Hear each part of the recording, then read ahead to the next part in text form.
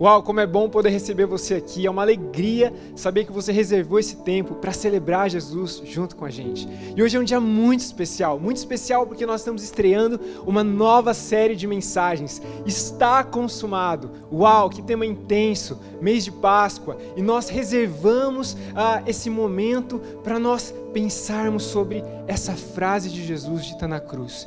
Está consumado. Essa é uma frase que tem implicações profundas na nossa caminhada, na nossa jornada de fé. É uma frase que garante o perdão dos nossos pecados. É uma frase que garante o perdão do nosso passado e assegura o nosso futuro. Eu não sei qual foi a tua reação com o vídeo antes do início dessa mensagem, mas eu espero que você tenha tido a oportunidade de ser provocado de uma maneira santa. Eu espero que esse vídeo tenha gerado no teu coração um senso de identificação, talvez. Sabe, quando nós estamos lidando com os nossos pecados, quando nós olhamos para o nosso passado, quando nós lidamos com frustrações no nosso presente, na nossa jornada de fé, quando nós somos abatidos, quando nós somos derrotados, talvez, por pecados, impulsos, às vezes nós nos sentimos inseguros. Às vezes nós perdemos a esperança. Eu não sei se você já ouviu falar, mas existe uma síndrome do impostor. E algumas pesquisas revelam que cerca de 70% das pessoas que estão à frente de alguma empresa, que possuem algum cargo de grande responsabilidade, que estão à frente de algum projeto, que tem algum tipo de sonho e de fato tem o entendimento de que será necessário muito esforço, muita preparação para alcançar êxito. Muita disciplina, muito foco. Essas pessoas que estão ocupando esses cargos, elas provavelmente já lidaram com a síndrome do impostor. Ou talvez lidarão com essa síndrome. E é uma síndrome que tem relação com uma insegurança insistente, persistente, no íntimo do coração dessas pessoas. Uma insegurança que não é verbalizada. Um tipo de insegurança que gera medo, temor, de ser descoberto em algum momento, de alguém de fato olhar para essa pessoa e pensar, é um impostor. Essa pessoa não tem o que é necessário, essa pessoa não tem a força necessária, os talentos necessários, a formação necessária. Ela não tem aquilo que é suficiente para essa jornada, para essa missão que repousa sobre os ombros dessa pessoa. Então, quem está sofrendo com a síndrome do impostor tem esse senso de insuficiência, de incapacidade. Interessante. E o curioso é que a solução para quem está passando por esse tipo de situação, está lidando com essa síndrome, segundo as autoridades na área, os profissionais, essa pessoa precisa de vozes externas. Pessoas que se levantem para lançar palavras de reforço positivo. Um contraponto que possa trazer um equilíbrio para a realidade que essa pessoa está vivendo. Então, essas pessoas precisam olhar no olho dessa pessoa que está lidando com a síndrome do impostor e dizer, olha, não, você não pode permanecer com esse tipo de desânimo, desesperança, com esse senso de insuficiência, porque você é capaz, porque você tem a formação ideal para esse tipo de desafio que está sobre os seus ombros. Olha, você é uma pessoa inteligente, talentosa. E eu não posso deixar de fazer uma comparação com essa síndrome do impostor, com,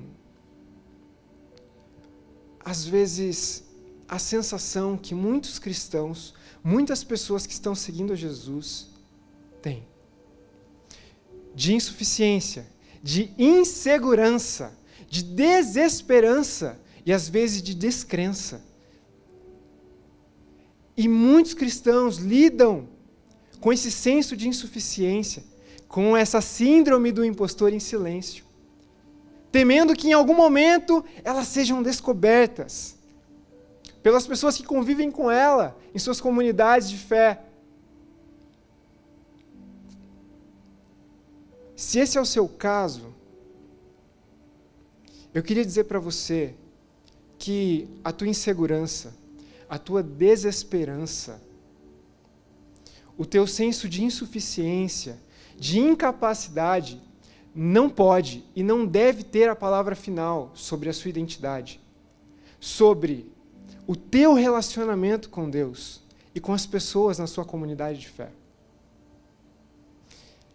E eu cresci na igreja, então, quando as redes sociais começaram a estourar, o Instagram começou a bombar, eu lembro de alguns exemplos de púlpito, pastores preocupados com essa engrenagem da rede social, do Instagram, porque ali é um ambiente em que as pessoas projetam o melhor delas, e não os momentos desafiadores, não suas inseguranças, os momentos de derrota, suas falhas. E eu lembro que às vezes eu escutava esse tipo de ilustração, esse tipo de indagação, essa preocupação dos púlpitos, olha, as redes sociais, nós temos que tomar todo cuidado para a gente não projetar quem nós somos de maneira distorcida. Sabe, uma pessoa forte que está caminhando como se tudo estivesse bem. Eu lembro de ouvir, às vezes, esses exemplos e pensar, cara, nossa preocupação não deveria estar com a rede social necessariamente, porque em muitas comunidades de fé, pessoas estão vivendo um modelo, uma engrenagem muito parecida com a do Instagram.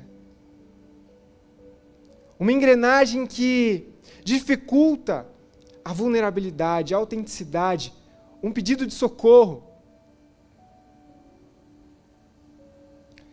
E eu realmente acredito que essa série de mensagens, Está Consumado, pode promover a segurança que o teu coração precisa no dia mau. E a esperança diante da descrença de que é possível vencer algumas batalhas que você tem perdido. Pecados recorrentes. Às vezes, tem pessoas que estão literalmente com a sensação de que estão presas a correntes. E que alguns pecados, algumas áreas de suas vidas são impossíveis de ser transpostas, de obter vitória. E nessa série de mensagens, então, nós vamos descobrir por quê.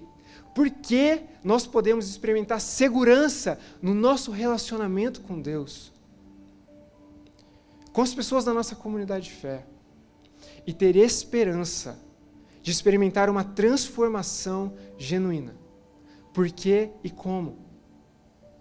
Agora, antes de mais nada, você precisa saber de uma coisa. Diferente da solução da síndrome do impostor, no nosso caso, na nossa jornada espiritual, a chave para experimentar segurança e esperança não está em você. Não está no eu. Não está em pessoas se levantarem ao teu entorno e lançarem palavras simplesmente de encorajamento. Isso não é suficiente. Você não precisa de pessoas dizendo, olha, você é capaz, levante sua cabeça, olha, você é talentoso, você é cheiroso, você é especial. Isso não é suficiente para experimentar esse tipo de segurança que nós estamos propondo aqui. Nem esse tipo de esperança que leve você a uma movimentação de transformação genuína. Eu gosto de pensar no exemplo do chamado do profeta Jeremias. No Antigo Testamento, quando Jeremias recebe o chamado de Deus para se levantar, para pregar, para profetizar, ele se sente inseguro, ele se sente incapaz, muito novo, imperfeito, fraco. E Deus não se aproxima de Jeremias dizendo, Jeremias, levante sua cabeça, você é talentoso, você tem o que é necessário, você é especial. Deus não se aproxima de Jeremias dessa maneira. Pelo contrário, a resposta de Deus para a insegurança de Jeremias, para o senso de incapacidade de Jeremias, para a descrença de Jeremias, a resposta de Deus é, Jeremias, olhe para mim, olhe para mim. Coloque os seus olhos naquilo que eu fiz, naquilo que eu estou fazendo e naquilo que eu posso fazer. Essa é a proposta de Deus para nós. E quando nós estamos pensando em colocar os nossos olhos naquilo que Deus fez, naquilo que Deus está fazendo, naquilo que Deus pode fazer, nós precisamos olhar para a cruz. Nós precisamos entender a mensagem da cruz, porque ela é o centro, ela é a chave para entender como desfrutar de uma segurança no teu relacionamento com Deus, diante das tuas incapacidades, das tuas inseguranças, da tua instabilidade às vezes no caminhar. Nós precisamos olhar para a cruz e olhar para a cruz, entender a mensagem da cruz, é observar a vida de Jesus, a vida que ele viveu, a morte dele e a ressurreição dele. Isso está diretamente conectado com o que Deus fez, com o que Deus está fazendo e com o que Deus pode fazer. E para isso nós vamos olhar para o relato de João, capítulo 19, versículos 25 a 30. Um relato dos últimos momentos de Jesus antes de sua morte. E se você está familiarizado com a cronologia da vida, do ministério de Jesus, você sabe que antes de ser crucificado, ele desenvolveu o ministério dele por cerca de 3 anos, equipando os discípulos, realizando grandes milagres, ensinando, impactando multidões. Seus inimigos se levantaram contra ele, pessoas começaram a ter inveja de Jesus e considerá-lo uma ameaça. E, ao mesmo tempo, uma grande expectativa era colocada sobre Jesus. As pessoas que se sentiam inseguras diante da opressão do Império Romano, as pessoas que se sentiam incapazes, insuficientes, os pecadores, os falhos, os miseráveis, eles olhavam para Jesus e pensavam: uau! A nossa esperança está nesse homem, ele pode ser o Messias. E esse senso de esperança, de expectativa crescia. Mas então Jesus é traído, Jesus é abandonado pelos seus discípulos. Jesus tem um julgamento estranho, as coisas parecem que começam a se desorganizar. Jesus é condenado, ele é torturado e ele é crucificado. Vamos olhar então para o versículo 25, João capítulo 19. Perto da cruz estavam a mãe de Jesus, a irmã dela, Maria, a esposa de Clopas e Maria Madalena. Quando Jesus viu a sua mãe ali, imagine essa cena, Jesus crucificado, agonizando, e quando ele olha para baixo, ele enxerga a sua mãe. E quando ele vê a sua mãe ali, ela está do lado do melhor amigo dele, o discípulo amado, João. Então Jesus diz: mulher, esse é seu filho.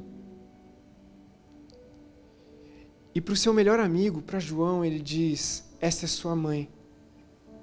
Daquele momento em diante, o discípulo recebeu Maria em sua própria família, em sua própria casa. Jesus está passando o bastão. Um momento intenso, dramático.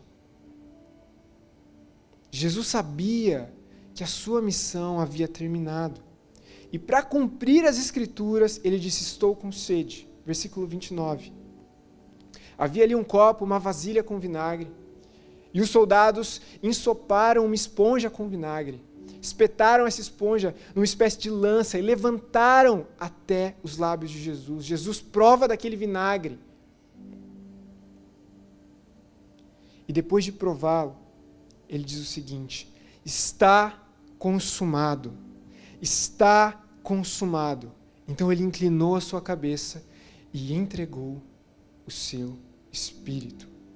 Possivelmente esse deve ter sido um dos momentos mais desafiadores para a família de Jesus, para sua mãe Maria, para os discípulos, para os seus amigos, seguidores. O momento mais difícil e dramático que eles experimentaram até aquele ponto. E o ambiente provavelmente era um ambiente de insegurança, de frustração, de desesperança, de descrença. Eles tinham colocado a expectativa em Jesus e de repente tudo se bagunça. As coisas parecem perder o sentido. Eles se sentem insuficientes, incapazes de promover algum tipo de mudança diante daquilo que estava acontecendo. Eles não estavam entendendo o que Deus estava fazendo, porque Jesus não reagia, porque Jesus se entregou.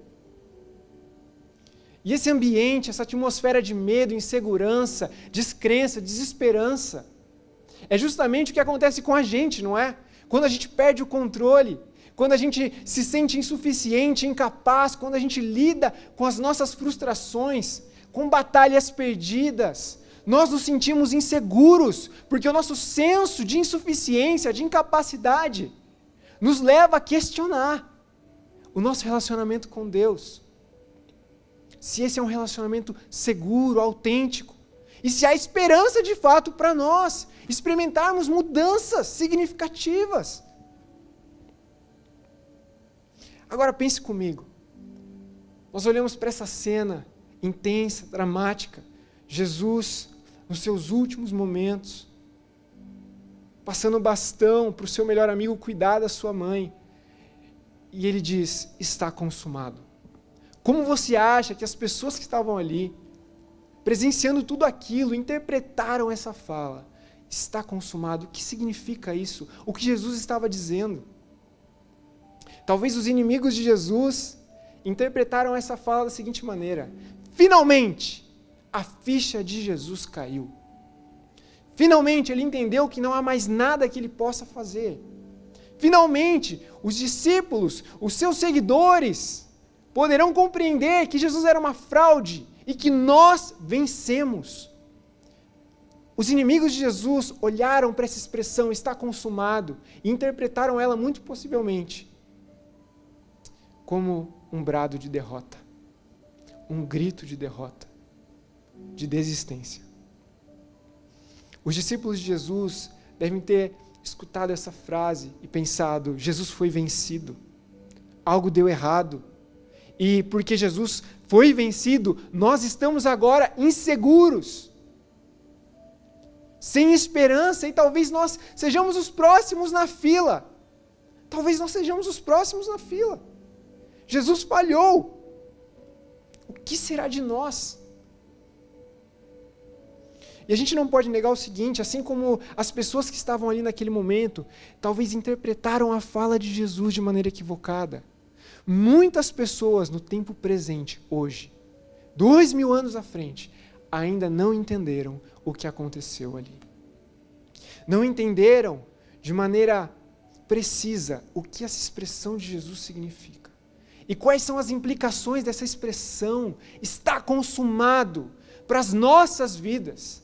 O que essa expressão traz de resposta para as nossas inseguranças, para as nossas derrotas, para as nossas falhas, para a nossa desesperança. Os discípulos olharam para Jesus pendurado na cruz e pensaram, ali está o motivo da nossa insegurança, da nossa desesperança. Mas 3 dias depois, o relato nos diz que Jesus ressuscitou. A morte não foi a palavra final. Isso muda tudo.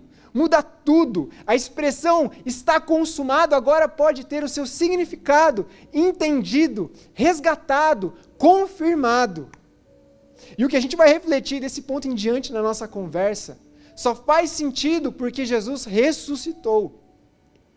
Então eu oro para que o Espírito da verdade desça sobre o seu coração e te convença pela fé de que Jesus ressuscitou. Porque esse, na verdade, foi o maior plot twist da história da humanidade. A morte de Jesus não foi o ponto final, foi o ponto de maior reviravolta. E o apóstolo Paulo, ele disse para uma das suas igrejas que ele plantou, olha, se Jesus não ressuscitou, nós nem deveríamos estar aqui conversando essas coisas, não faz sentido, nós não temos motivos de segurança, de esperança, mas porque Ele ressuscitou faz sentido, a possibilidade de viver um relacionamento com Deus seguro, com esperança de sermos transformados à medida que nós caminhamos com Ele, experimentar vitória sobre os nossos pecados, sobre as correntes que estão ao nosso entorno, nós podemos escutar o som dessas correntes caindo ao chão, porque Jesus ressuscitou, porque está consumado.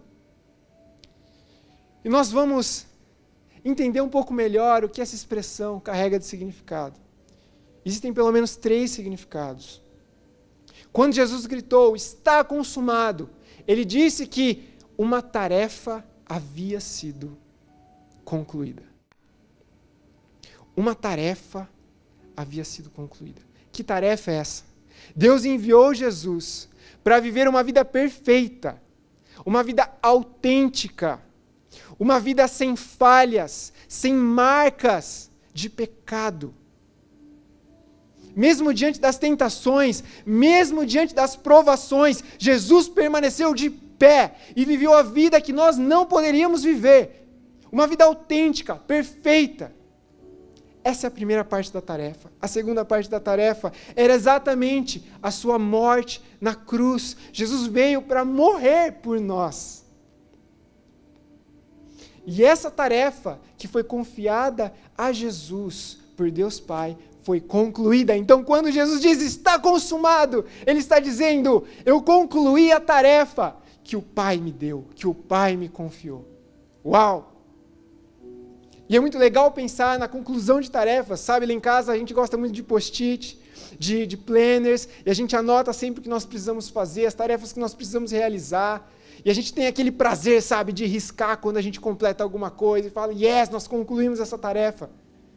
Mas assim, às vezes a gente olha novamente para a tarefa que foi concluída e a gente pensa, poderia ter sido feita de uma maneira mais excelente. Poderia ter sido feita de uma maneira mais aperfeiçoada. Sobrou alguma coisinha que a gente não fez e que a gente pode fazer. Mas quando nós pensamos na conclusão que Jesus promoveu na cruz dessa tarefa, nós precisamos lembrar que Jesus é Deus. E como Deus, Ele realmente conclui a tarefa que havia sido proposta a Ele. E Ele conclui de uma maneira 100% confiável, finalizada. Yes! Não há necessidade de acrescentarmos algo à tarefa que foi proposta a Jesus, porque Ele concluiu a tarefa. Está consumado. E quanto mais a gente caminha com Deus, mais a gente percebe isso, a gente aprende isso, que o que Deus conclui, o que Deus conquista, o que Deus faz é perfeito. Os pensamentos de Deus, a maneira de Deus promover a sua vontade é perfeita. Não é a nossa maneira imperfeita e caída. Então nós podemos confiar que Jesus concluiu uma tarefa que nós não poderíamos concluir. O segundo significado da expressão está consumado é que uma dívida foi paga. Uma dívida foi paga. Sabe, se nós olharmos para o nosso passado, nós não vamos conseguir negar falhas, derrotas, pensamentos blasfemos, sujeira. E há um acúmulo de pecado, de falhas, de derrotas que sobem contra a santidade de Deus, a bondade de Deus, a beleza de Deus. E nós somos culpados dos nossos pecados. Nós tínhamos um saldo negativo diante da santidade de Deus e da beleza de Deus, da bondade de Deus. E Jesus vem para quitar esse saldo. Ele vem quitar essa dívida. E essa dívida era o preço do nosso resgate. Olha só, Colossenses capítulo 1, dos versículos 13 a 14. Ele nos resgatou do poder das trevas e nos trouxe para o reino de seu Filho amado, que comprou a nossa liberdade, quitou a dívida que estava sobre os nossos ombros e perdoou os nossos pecados. Quando Jesus gritou, está consumado, ele estava assegurando o seguinte: a sua dívida foi quitada. E porque a sua dívida foi quitada, existe possibilidade de você experimentar uma paz definitiva com Deus, com as pessoas à sua volta, em comunidade, como corpo de Cristo, igreja. E assim, muitas pessoas confundem o que é paz. Entendendo que paz é um sentimento, é um quentinho no coração. Ah, eu quero sentir paz, eu quero sentir um arrepio, eu quero me sentir bem. Mas a paz definitiva que Jesus nos oferece mediante essa dívida que foi quitada é, na verdade, segurança. Paz tem relação com segurança. A gente viu várias notícias da guerra na Ucrânia e o que acontece naquela região, nesse momento, é a ausência de paz. Em outras palavras, ausência de segurança. Não é possível desenvolver relacionamentos, construir uma vida, sonhar com um futuro diferente naquele momento, porque não há paz ali. Ou seja, não há segurança. E quando Jesus quita a nossa dívida, Ele nos oferece paz definitiva com Deus, segurança, a possibilidade de termos um relacionamento seguro com Deus, mesmo diante das nossas falhas, diante das nossas instabilidades. Isso é incrível. Paz não é um sentimento, é segurança. Essa paz definitiva, ela cobre o nosso passado, ela cobre o nosso passado completamente. Ela sustenta o nosso presente e ela assegura o nosso futuro. Uau! Mas tem um terceiro significado dessa expressão está consumado. E é a posse de um direito, de uma promessa segura. Quando Jesus diz, olha, está consumado, Ele estava afirmando o seguinte, que aqueles que colocassem a fé na sua vida, na sua morte, na sua ressurreição, eles receberiam uma herança, seriam considerados herdeiros de uma promessa segura. E é óbvio que a gente está falando de salvação. Jesus não simplesmente, com o seu sacrifício na cruz, cobre os nossos pecados, o nosso passado, sustenta o nosso presente e nos dá a possibilidade de sonhar com um futuro diferente. É mais do que isso. Além do futuro diferente, a possibilidade de transformação, de esperança, Jesus conquista para nós uma promessa de vida eterna, salvação. Assim como a morte não teve poder, não foi a palavra final sobre Jesus, um dia não será sobre nós. Uma promessa que não pode ser perdida diante das tuas inseguranças, instabilidades, porque quem conquistou essa promessa, essa herança segura, foi o próprio Jesus.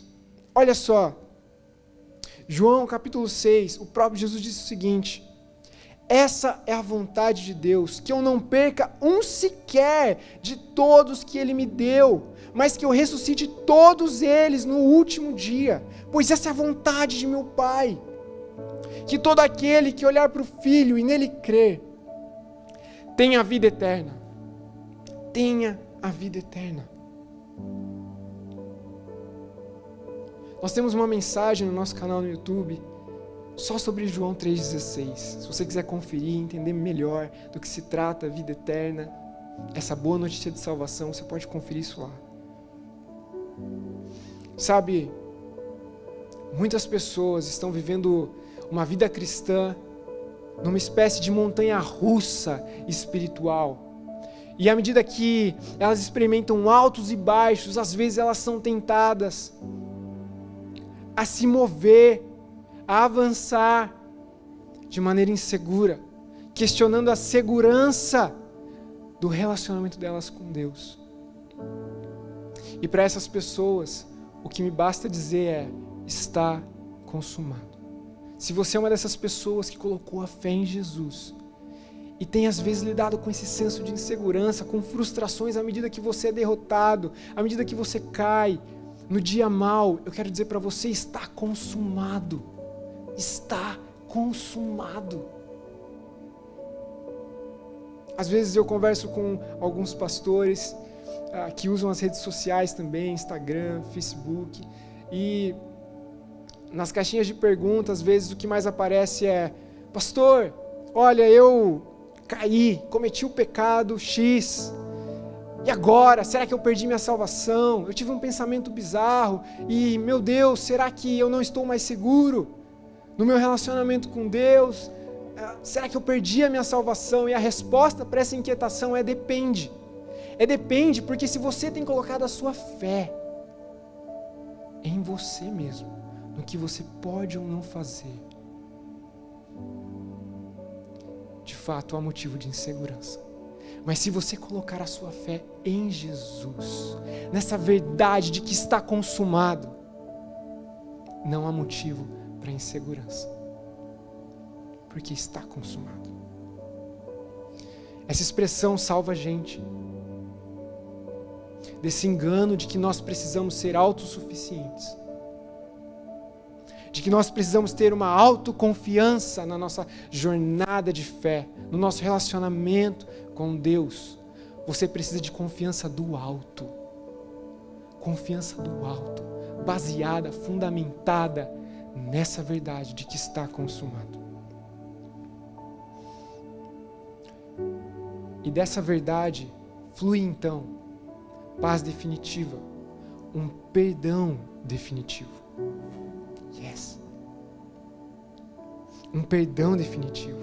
E assim a nossa cultura tem tornado cada vez mais difícil o entendimento do que significa graça. Receber esse perdão definitivo que nós não merecemos.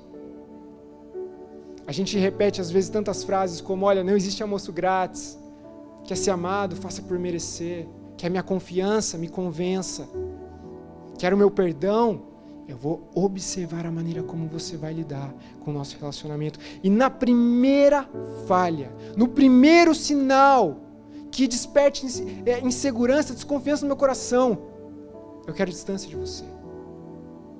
Essa ideia de perdão definitivo, de segurança, de graça, tem se tornado muito difícil de ser compreendida. Diante de uma cultura de mérito, de corrida pelo próprio sucesso, com as próprias forças. Muitas pessoas enxergam o relacionamento delas com Deus como faço isso, não faço isso. Isso pode, isso não pode. Isso é minimizar, distorcer a verdade de que está consumado. Evangelho não significa faça isso, deixe de fazer isso. Evangelho significa está feito, está consumado. Já foi feito. Como é que o seu relacionamento com Deus seria se de fato você colocasse a sua fé hoje nessa verdade, nessa expressão de Jesus na cruz de que está consumado? O que alimentaria as tuas inseguranças? Quão libertador seria entender pela fé hoje que seguir a Jesus, colocar a fé em Jesus, no que Jesus fez por você, não tem relação com você deixar de ser uma pessoa mais, se tornar uma pessoa mais educada, mais intelectual, mais polida. Tem relação com uma pessoa que estava morta, uma pessoa indigna que recebe segurança do alto, um presente do alto. Uau! E agora talvez você esteja ouvindo essa mensagem pensando, que legal, era tudo que eu precisava ouvir. Obrigado, Tiago, por dizer que eu estou seguro em Deus, que não há motivo para as minhas inseguranças. Obrigado, Tiago, por gerar esse quentinho no meu coração agora. E agora é o plot twist do sermão. Eu não estou aqui para dizer que você está seguro. Out. Eu não estou aqui para dizer que você não tem motivos para passar por inseguranças. Tudo que nós conversamos nos últimos 33 minutos é, na verdade, uma grande oportunidade de você avaliar a sua fé e onde ela está fundamentada. Tudo que nós conversamos até aqui é uma oportunidade singular de você, de fato, olhar para as suas inseguranças e talvez chegar à conclusão que a raiz delas tem relação com uma fé em si mesmo, na tua performance, na tua religiosidade. Eu lembro de um amigo que me procurou alguns anos atrás. Essa pessoa não faz parte da Multi, então nem tente adivinhar quem é, mas ele me procurou desesperado e ele falou assim: Tiago, cara, eu eu estou me sentindo muito inseguro, frustrado comigo mesmo. E você conhece minha história, você sabe que eu me tornei membro da igreja. E durante 6 anos, cara, minha vida mudou. Eu consegui vencer hábitos ruins, consegui deixar de praticar alguns pecados que me escravizavam. Eu fui disciplinado, eu consegui avançar, crescer, amadurecer. Mas semana passada, Tiago, eu caí num pecado que há 6 anos eu não caía. E eu estou experimentando nesse momento uma insegurança gigantesca. E o que vem à minha mente é, cara, meu testemunho desmoronou. O meu testemunho, o meu relacionamento com Deus desmoronou. Não faz mais sentido. E naquela conversa, eu tive a oportunidade de olhar nos olhos desse amigo e dizer, talvez você tenha entendido tudo errado. Talvez você tenha entendido tudo errado. O teu testemunho não tem relação com os teus méritos até aqui, com esses 6 anos que você deixou de praticar alguns pecados. O teu testemunho tem relação com o que Jesus conquistou para você na cruz. O teu testemunho tem relação com a expressão que Jesus bradou na cruz, está consumado. Uma pessoa indigna, que não merecia perdão, mas recebeu graciosamente perdão, paz definitiva, segurança, a possibilidade de se relacionar com Deus de forma segura. E nós conversamos muito, oramos juntos. E essas vezes é a realidade de tantas pessoas dentro das igrejas. E eu quero dizer para você, há segurança, porque está consumado. Existe possibilidade de estarmos seguros em Deus. Porque está consumado, nós podemos viver um relacionamento seguro com Deus, autêntico com Deus e uns com os outros. E eu vou quebrar um pouco o script, o esboço do sermão, porque essa foi uma semana intensa. E enquanto eu preparava o sermão, estudava os textos, eu tinha uma sensação de que faltava algo. E eu conversava com a Aline e eu me debruçava sobre o texto, orava, e eu pensava, Deus, eu preciso de uma ilustração melhor. Deus, eu preciso colocar alguma coisa nesse sermão para prender a atenção das pessoas, para tornar mais fácil o entendimento dessas pessoas do que significa estar consumado. Isso foi me consumindo no decorrer da semana. E ontem pela manhã eu tive um momento com Deus e foi como se Deus me dissesse, Tiago, se essa mensagem de que está consumado não for o suficiente, nenhuma mensagem jamais será. E talvez você tenha escutado esse sermão e pensado, eu já conheço o que Jesus fez por mim na cruz. Será que eu não vou ouvir nada novo? O apóstolo Paulo, ele passou por algo parecido. Em uma das igrejas que ele estava plantando, ele foi recebido com grande expectativa. As pessoas estavam esperando um grande orador, um homem que traria um conhecimento novo, que iria surpreender toda a plateia com algo extraordinário. E o apóstolo Paulo diz, eu me acheguei diante de vocês com temor e tremor, me esquecendo de tudo que eu sei e mantendo apenas Jesus e Jesus crucificado, a verdade de que está consumado. Isso é suficiente. Eu quero orar por você e te convidar também a continuar com a gente no decorrer dessa série, porque se por um lado você precisa saber que você pode ter um relacionamento seguro com Deus, isso não exclui o fato de que você vai colocar o pé na segunda-feira e vai lidar com tentações, com batalhas intensas. Então, hoje nós conversamos sobre esse porquê. Por que nós podemos experimentar um relacionamento seguro com Deus? E no decorrer dessa série, nós vamos conversar sobre como nós podemos viver um relacionamento seguro com Deus que promova transformação genuína, autêntica. Deus, é no nome de Jesus que eu oro, por aqueles que estão até agora acompanhando esse sermão. E eu peço para que o Teu Espírito visite essas pessoas e as convença de seus pecados, de suas insuficiências e incapacidades, e que a única coisa que sobre seja a expressão de Jesus na cruz: está consumado. E que o Senhor possa realinhar corações e derramar segurança sobre os inseguros, derramar esperança sobre os desesperançosos, os descrentes. É nesse nome, é no nome de Jesus e sobre essa verdade de que está consumado que nós oramos e te agradecemos. Amém.